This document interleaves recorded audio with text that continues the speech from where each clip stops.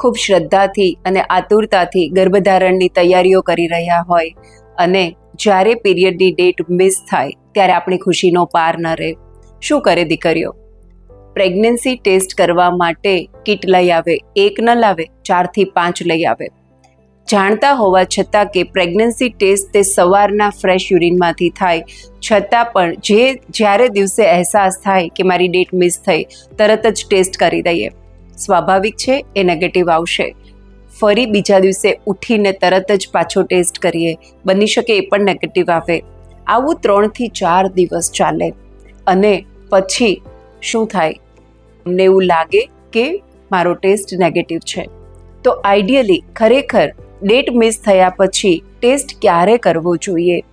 ખરેખર ટેસ્ટ 8માથી 10મા દિવસની વચ્ચે કરવો જોઈએ અને ડેટ મિસ થયા પછી તરત જ ક્યારેય ટેસ્ટ નહીં કરવો જોઈએ. હવે તમને એકવાર માટે એવો સવાલ થાય કે કીટ ક્યાં એટલી મોંઘી આવે છે, કરવામાં આપણને શું ખર્ચો નહીં, પણ જાણતા અજાણતા થોડુંક નુકસાન પણ છે. આના માટે ડિટેલમાં જાણવા માટે આપણે આપણી ચેનલ પર એક યુટ્યુબ વિડીયો જોઈએ.